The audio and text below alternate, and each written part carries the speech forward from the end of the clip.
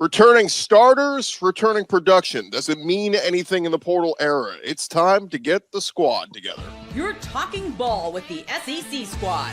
From Alabama to Tennessee, from Georgia to Oklahoma, from Auburn to Texas, it's the local experts of the Locked On Podcast Network bringing you scoops, breakdowns, and the most comprehensive preview of the upcoming SEC weekend. It's the SEC squad, and we have a seat for you. Hurt feelings and thin skin are prohibited. Squad up, you're part of the SEC squad. And what's up, everybody? Welcome into the SEC squad. Sit back, grab your favorite beverage, and join us as we get you ready for another week of the SEC offseason. Spring ball approaching, although spring ball may not mean as much anymore. So we had another school cancel their spring game this week. Let's get our squad together as we welcome in Zach Blackerby, host of Locked On Auburn, Brandon Olson, Locked On Gators, Stephen Willis, Locked On Ole Miss, Corey Burton, Locked On Vandy, John Williams, Locked On Sooners, Luke Robinson, Locked On Bama, John Miller, Locked On Mizzou, and Eric Kane, Locked On Vols. I'm Chris Gordy, host of Locked On SEC, and man, we are well represented today. Guys, Bill Connelly this week over at ESPN broke down, tends to do this, kind of breaks down the returning production at all the schools across college football, and we're looking at the SEC, and kind of interesting where you start to see some schools bring back a lot of returning production, some don't, but I pose the question, does it mean anything in this portal era now? If you recruit well and you hit the portal well, doesn't matter if you bring a ton of guys back from last year's squad. Zach, what say you? I think we're still too early in this portal era to fully know. My gut says that it matters, but if you're able to upgrade to certain positions, and not all positions are equal, I do think it matters way less than it used to. I think I was going to say, I think it certainly matters. I mean, you're not going to the transfer portal and getting 11 new starters. Now, to Zach's point, not all positions are created equally. You go and you find a quarterback in the transfer portal. Hendon Hooker accelerated Tennessee's rebuild by 2 years. I mean, easily. So I think outside of a quarterback, it still very much matters because, again, you're not going and getting a whole new squad full of transfers, no matter how much Ole Miss tries to do that and still misses out on the playoffs, all right? Yikes. Still loses to Billy Napier. For a school like Vandy, it definitely matters. I know that's probably down on the board for everybody, but they returned 9 starters on defense, and a defense that played really well at times. But again, with another year in the system, they're going to be even better defensively and be able to do more. I think one place for actual returning production, and what I mean by actual is I read Bill Connelly's piece, and he does factor in, for example, if somebody transfers SEC squad to an SEC squad, that's basically, he treats it as if that is a returning production type of player. Disagree with that. The point is there's a lot of moving parts there, but one thing, if true returning production, I think continuity still matters a lot on your offensive line. I still think it matters a lot on your passing game in general, quarterback to receivers. There's where I think it absolutely still matters. Yeah, I think it just depends on, honestly, it's like with all things, context matters there. It's, are you really getting like a great quarterback out of the portal that justifies going and shaking things up? Offensive line continuity, like you mentioned, is probably one of the biggest things of getting an actual unit of guys that can play together, not just going, oh, just give me the best offensive lineman and we'll just kind of figure stuff out. I don't think that matters much. And also, I don't count it as returning production personally or continuity at all. If it's like, he's coming from another SEC school, because I think a big part of returning production is the chemistry that you would have with your teammates. And if you don't have that, I don't really count that as returning production. It's just experience production that you're bringing in.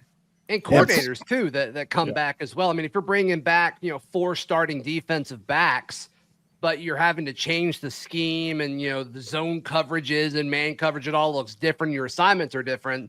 It's like, well, it's great that you can finish each other's sentences, but you still have to relearn a new system. So, like you said, Brandon, I think context is certainly crucial here. Yeah, I think context is the key word, because if you bring back 4 defensive backs, but you were last in defensive, passing, then what does that really matter? I mean, I guess it could help because you have experience and they've been there, but wouldn't it be better at that point to try and start over with 4 new dudes? Because another way to look at it is it couldn't be worse.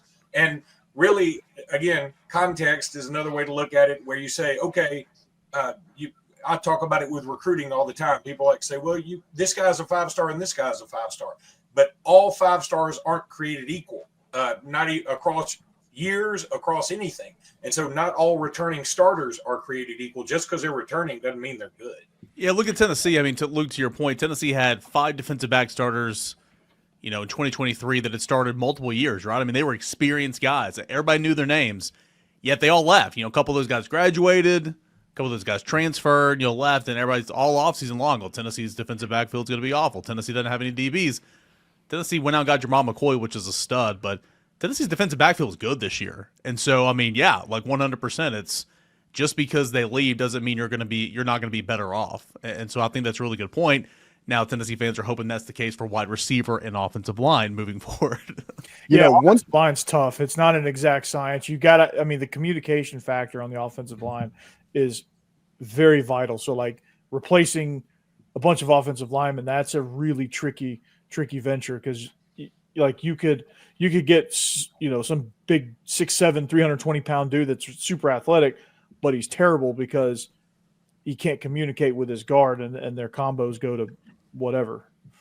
One interesting part of the transfer portal is the quarterback position, obviously. I think early on we're seeing that 1-year rentals at the quarterback position tend to struggle depending on the team they go to. If you have one of them be a little bit worried, even Hendon Hooker, as you talked about, Eric, he started his first year, but kind of grew into the job. In the second year, he really took off. I think it's more important as far as returning production is a quarterback that has been in the system for more than 1 year. If you have that, you can probably make a lot of stuff work. And what Corey said about the offensive line kind of goes without saying, because that's the other place where returners are actually really important. And then the 2 quarterbacks that played in the national championship, weren't they 1-year rentals though? Yeah. Look at Cam Ward was a 1-year. He did well for Miami. They didn't make the college football playoff, so you don't need to worry about them. Yeah. Well, and how about Peyton Thorne? Peyton Thorne was a returning starter. How'd that work out for Auburn? Oh, ask Clint. What I'm hearing here is Diego Pavia, Nico. Who else has got a returning quarterback on your team? Vandy, SEC. Yeah, DJ Lagway. We're gonna be rolling. Rolling. Yeah, it's rolling. What it's gonna be. Rolling. I don't know why you threw Nico in there. Like, this is where it comes to Felipe Franks of the Midwest. I'm good. John, break this down for us real quick. Well, I was just going to say, this is the discussion about the offensive line and bringing back a lot of offensive line snaps can only matter if those guys are good. Well, Oklahoma's offensive line was not great in 2024. They're bringing back pretty much everybody except for Michael Tarkin, who's going off to the NFL. They've got a lot of returning snaps along their offensive line, but it's the biggest question mark. Are those guys going to actually be good? We'll see. For Oklahoma, they're sitting there at number 10 in the nation in returning production and number 6 on offense. That's just because they've got a lot of guys coming back, and some of the transfer portal additions they did make did have some big time production. John Mateer, almost 4,000 total yards, 44 total touchdowns. Giovanni Gibson bumping up from the FCS level, but it was a very productive wide receiver there trying to make the jump to the SEC. We'll see if he's going to be as productive, and they're bringing back their whole running back room. But, Connelly weights that positionally in that, okay, you're bringing back a lot of returning running back production. Okay, that's not going to matter as much as bringing back a lot of offensive line snaps or wide receiver production or quarterback production. So there is context that's in there, and Bill Connelly, I think, does a great job breaking it all down. It's not to say that, okay, Texas is going to be one of the worst teams in the SEC because they're not bringing back a ton of production, although my Oklahoma homerness would like to say that. That's not going to be the case. They're going to be pretty good. Are they going to be national championship contenders? Good. That's going to be the question. But there's a little bit. You look at Oklahoma's defensive returning production. Okay, they're losing Danny Stutzman, Billy Bowman, 2 guys that could be top 100 picks in the NFL draft. Ethan Downs, who was a very vital defensive end for them. It does matter. The returning production matters in as what you lost, but it also does matter in what you brought in to try and help supplement that, because those guys that are going to be developing from 2024's offensive line that weren't very good. Okay, you get another year in the system, another year with the strength and conditioning coach, another year to hopefully develop your game and develop that continuity and that chemistry from a group that was trying to replace all 5 starters a year ago. Now they've got a ton of returning continuity.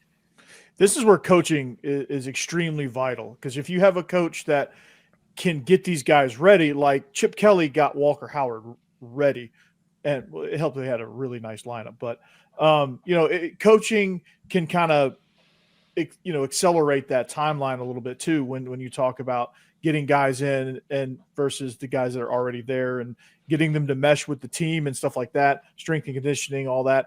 They have to – great coaches will accelerate that timeline and just make it work. That just take off. Corey just got sucked into a black hole, I think. Yeah, he's gone. He's just gone. He's forever. gone. I don't know if you know anything. We cannot hear anything. Am I gone completely? Oh, there you are. Hey, I'm back. And that's why I don't have a microphone. Yeah. That's the reason. Good Great job, callback. Luke. So I don't know if y'all heard any of what I just said. I probably just delivered the best monologue ever that no one heard. But yeah, coaching. So good. It was, It was so good. It was great. Coaching, important. Coaching. We got it. Coaching is important. Yeah. It was basically We the went right Herb to the Brooks plane. motivational speech before the Miracle on Ice. That's what That's it was. exactly what it Good was. to know. Good to know. Let's pause it there, guys. When we come back here on the squad, we talk about the teams that are spending in the portal. Who's spending the most money? We'll switch gears, talk about that next.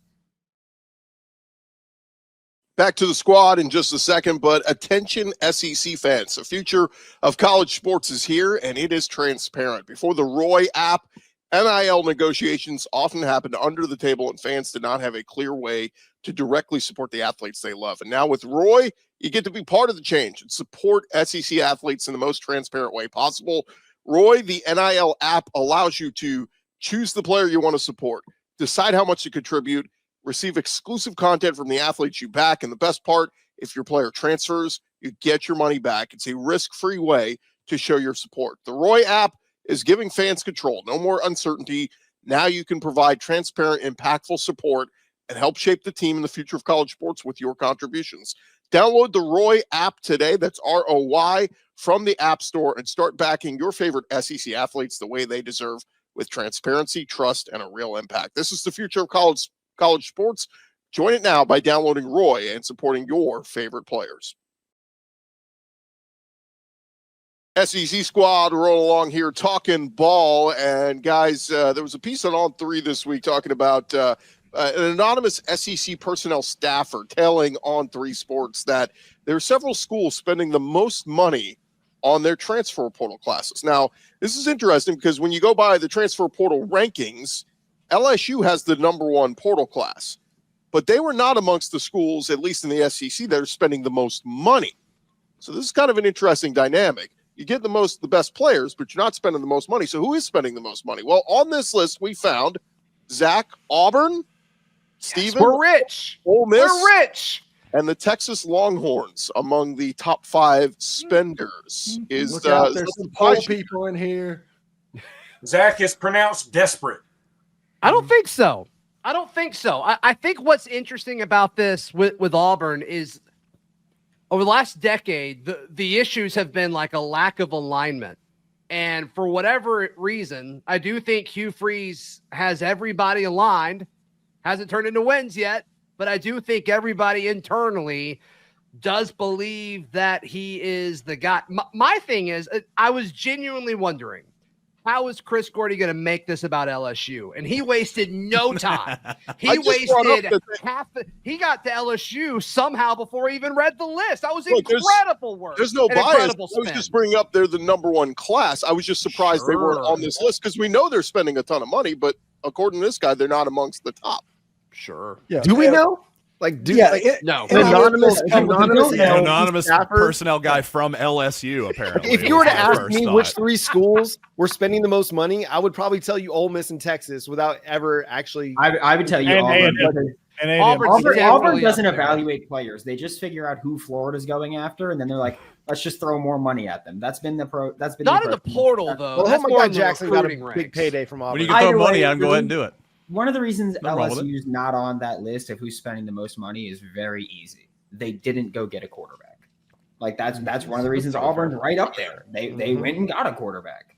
And that's, I feel like that's one of the easiest connections there. Just another aspect of this that I think is super interesting is, sure, we're all talking about, the quarterbacks that signed. John, we talked about that with Missouri getting their quarterback on the squad a few weeks ago. And I mean, the big receivers, clearly like Auburn getting Eric Singleton.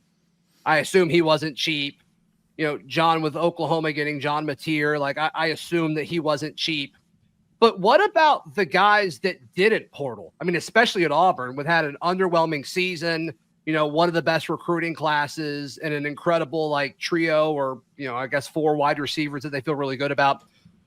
What I wonder, and it's impossible to know this, maybe the anonymous staffer from LSU has insight that Gordy may be able to spin towards LSU's direction. But when guys spend money to keep them out of the portal, I think more money spent there than attracting talent to come to you. And so, how do you even weigh that?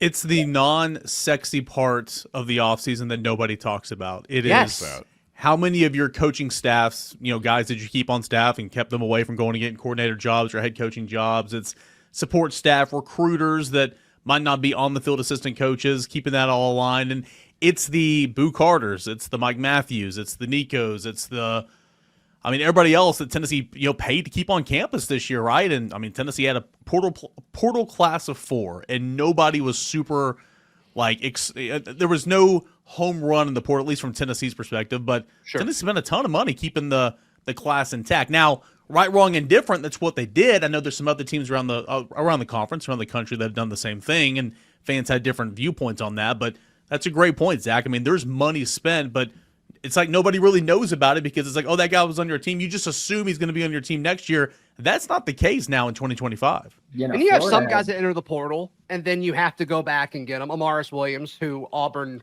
stole from Florida at the last second. But, he entered the portal, and then he came back. You're right. It was still in the season. You're right. I'm being dramatic. But, some of that, might be public, if public's even the right word.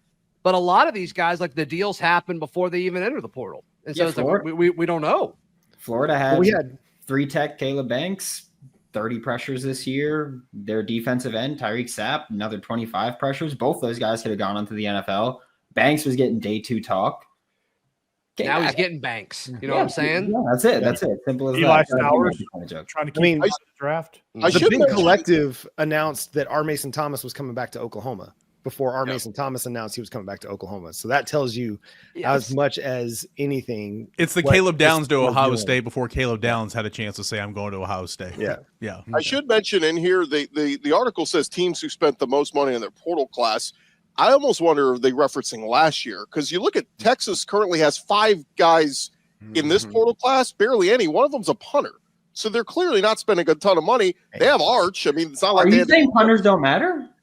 Well, they're that's okay. a ridiculous well, remember last offseason, they got Isaiah Bond, Amari Nyblack, Silas Bolden, Matthew Golden. Last season I can buy that Texas spent a ton. So maybe he's talking about just collectively over the past year or two, teams that have spent a ton in the portal. Yeah. Or is it counting keeping your roster? Because I'm sure Arch Manning got more money this offseason as well. So it's. Once again, that's just so difficult. Do we know? Parse, do we know that? I don't know. I don't think so. I don't know. We're making a lot of assumptions for sure. The other side of it is we don't know if people still aren't getting money under the table from some other source. They could be. It would make sense. And it would be the best time to do it if you wanted to go that route, because the NCAA has never felt more powerless than right now. Mm-hmm. So even if you got caught, you just go, I thought this was the new way everybody was doing it now, and the NCAA would probably back down. So why would you need to take money out of the table, guy? Though? That's right. I'm chiming in. It's all legal. Interesting, that's Alabama guy. Most stuff. No, but seriously, Luke, what's the need for you to do a deal under the table now? I'm just saying maybe somebody wants to go that route versus getting involved with the collective. Maybe they don't want to deal with the collective. As if I'm a huge booster, I can save. say, in all seriousness, save tax money. There's an incentive for you. Mm-hmm. Wow, for real. Cash, bags of cash and a McDonald's. Straight cash, homie. Yeah. Right, Eric? But TurboTax makes it so easy. Oh, yes, Jeremy well done. God, you shill.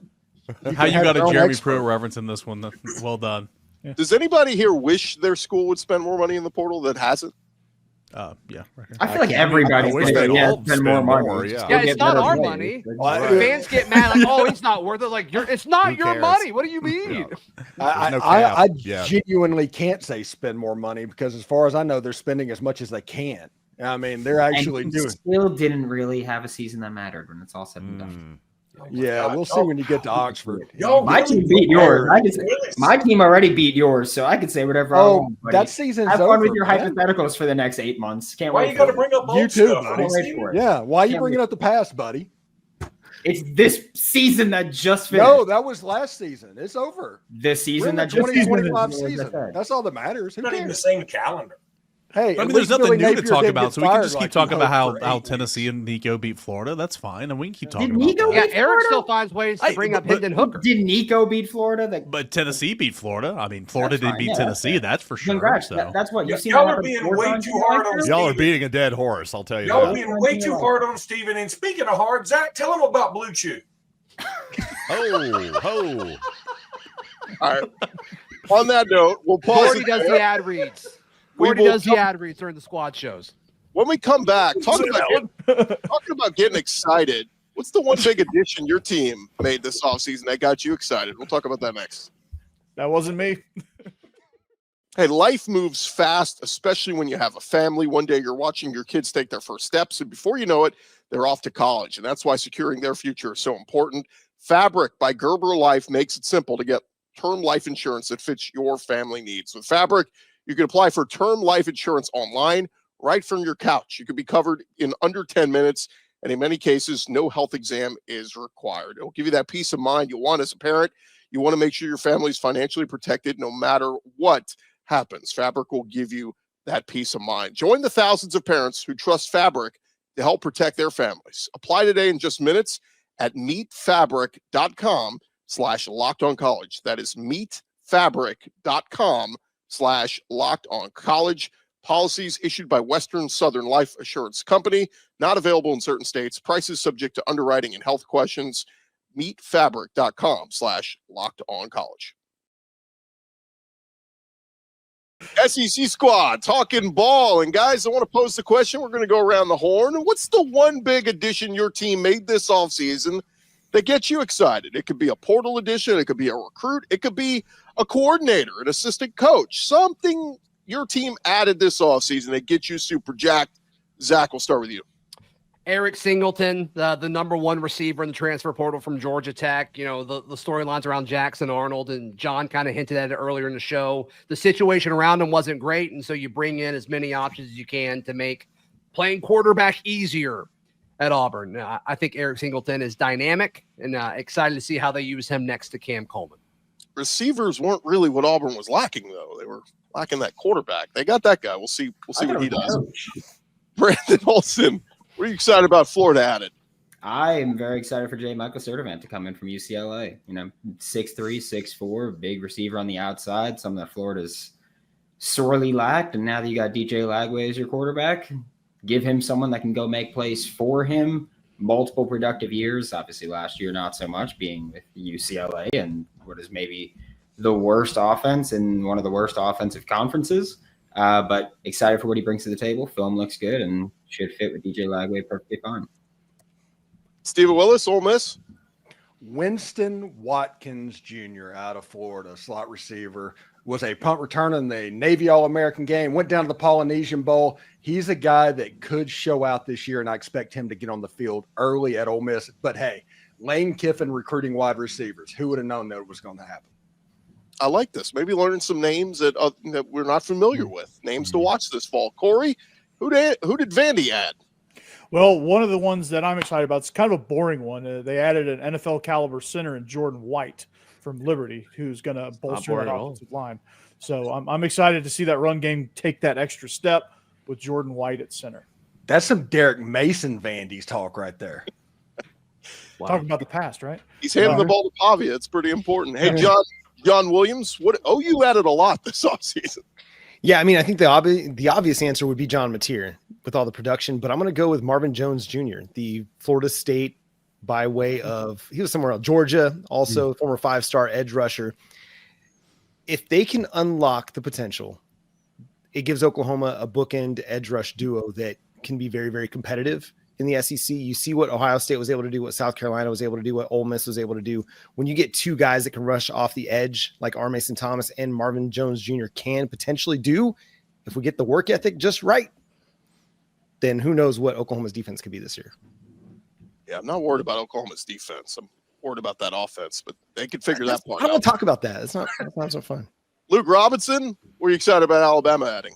I think the easy answer is Keelan Russell, who won National Player of the Year.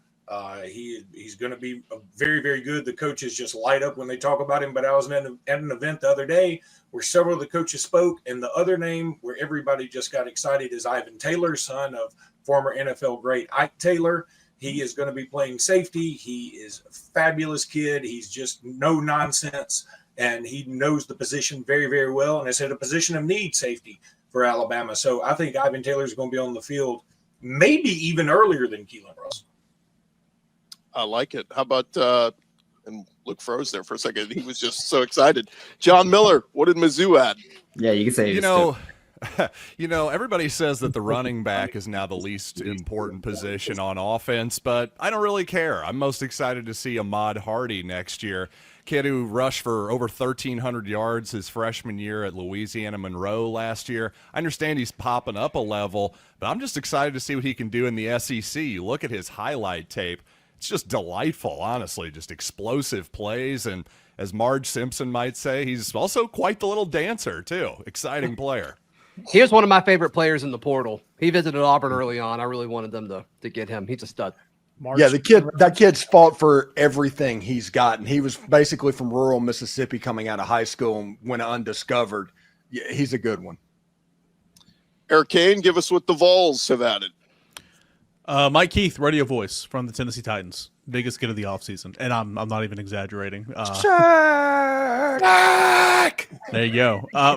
Tennessee added 4 guys from the portal, 2 offensive linemen, a running back piece that's going to be a part of a 3-man rotation, and a wide receiver from Alabama that has not played a snap of football. So, again, Tennessee needed O-line help. They went out and got 2 guys who are going to be immediate starters. I guess Sam Pittleman of Notre Dame, Wendell Moy of Arizona, probably my answer there. But if we're being real, it's Mike Keith coming out from the Titans back home to Knoxville to be the voice of the Vols. That's the answer.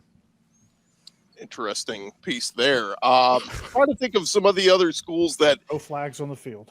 Some of the other schools we didn't mention. Kentucky. Zach Calzada, maybe quarterback. Oh God, Dynamite legend. Absolutely. You just bring up the group chat, right? That's all we need to do is just scroll the group chat. Yeah, Lance is stoked about him. I tried to put him at like 11, and everybody was like, "What? 11?" Texas A&M, I may go with. They got all those big receivers, right? Casey Concepcion from NC State, Micah Hudson from Texas Tech, who apparently stepped away from football temporarily, right? So we'll see what happens with him. They're all under 6 feet. They're all tiny, yeah. But look, what do you think John Neighbors would have said about his Arkansas Razorbacks? Oh, he probably would have started with saying that nobody excites him, but I don't know. I'm trying to think of who they've added this offseason. Courtney Crutchfield from Mizzou, wide receiver. Yeah, he didn't do anything last year, but he's definitely a highly rated guy out of Arkansas. He definitely took the bag from Mizzou from one year, so good for him. Georgia, I'll say wide receiver Noah Thomas from Texas A&M. That's a nice pickup for whoever their quarterback's going to be. Texas, I'll go with the punter, Jack Baumeister, right, from Utah. Yeah, you know him so well. He's rolling. Super well researched pick by Gordy there. They're going to need him. Exciting take on him. He's going to have to put in a lot of work this year. Go ahead and get your boys. What about LSU? Go ahead. I got 3 more schools here. We'll hit Mississippi State. I'll say Luke Kromenhoek, the quarterback from Florida State. So we'll put him in there. South Carolina. Well, the big one is Aaron Nolan. He's not going to play this year, but he'll sit behind Lenore Sellers. That was a pretty big transfer portal pickup. And LSU, I'll go with Patrick Payton, the edge rusher from Florida State, pretty highly thought of. So that's crazy. That's wrong. Let's make sure we covered the entire SEC. All right. Nice. Yep, we had to get LSU in there, so that's good. All right, we got 2 minutes left. Open forum. How dare you not name Jack Pyburn or Jakeem Jackson for LSU? Well, there'll probably be backups there. They were starters at Florida, right? Or Nashville legend. Jakeem Jackson did not. Barryon Brown is who they should be excited about. That guy is going to be awesome. And the Branch, the wide receiver for going to Georgia, is the one that's going to light the world on fire. If their quarterback situation's good, he's going to. No, that's a Bobo question. They need an offensive coordinator that's willing to use the slot. Yeah. I'll take that job. I'll take the offensive coordinator. Wow. All right. There we go. Yeah, there it is. Problem solved. Yeah, there you go. This is See you guys. Day with Locked On Vandy. Yeah, Is how there wild would anybody- the Georgia OC host Locked On Vandy? That'd be wild. Wild dynamic, but hey, it can work. Is there anybody at another school you're excited to see? I mean, Zach, I think we're all stoked to see what Jackson Arnold is going to be at Auburn. I'm stoked for nothing with Auburn. I just want to make that. Yeah, I mean, it does kind of feel like it's going to be all or nothing. I don't know. Like I think it's either going to work and it's going to like either prove a lot of people right, or it's not going to work and it's going to prove a lot of people right. I think I'm most curious to see John Williams, John Mateer. It's just a triangle of Johns over here. But if Oklahoma's offense can really improve next season, the new coordinator, the new quarterback, you could see a turnaround for the Sooners. Problem is still a brutal schedule once again, but I am interested to see what happens there. Yeah, to piggyback on John Miller there, I'm excited to see what Arbuckle can do in the SEC. I think he's a talented OC with bringing in a talented quarterback. So I'm excited to see what they can do and what they can salvage over there in Sooner land. Yeah, I mean, Jackson Arnold may not be a Sooner anymore, but I'm still a Jackson Arnold homer. I think the dude's got a ton of talent. And as Zach mentioned earlier, it was not the best circumstances for any quarterback to try to develop in their first year as a starter with Oklahoma last year. I mean, the injury list was ridiculous. What? I don't know what happened. A switcheroo, yeah. Hey, Gordy. What the? Well, why? No cuts. I just got. Why is portaled. Luke I got bothered by portaled over. What is happening? Illegal motion or something. What's happening? Illegal shift. It's like we're playing a Yeah, cup. this is what got Ryan Williams. Yeah. His touchdown What's that negated signal? was this Yeah. illegal touching right here. Follow the hat, at the Follow the stadium. bouncing ball, Follow yeah. the bouncing Yeah. ball. Well, we'll leave it there, Brady Bunch all of fellas. a sudden. For those watching on video, we're switching up the boxes. Hey, And follow and subscribe to your favorite SEC show. We'll be covering your team every day throughout the offseason. Don't forget, I'll have you covered with the entire SEC with Locked On SEC, part of the Locked On Podcast Network, covering your team every day. The SEC squad, we'll talk to you guys next week. Finally, next to Zach. Auburn sucks. Auburn soft.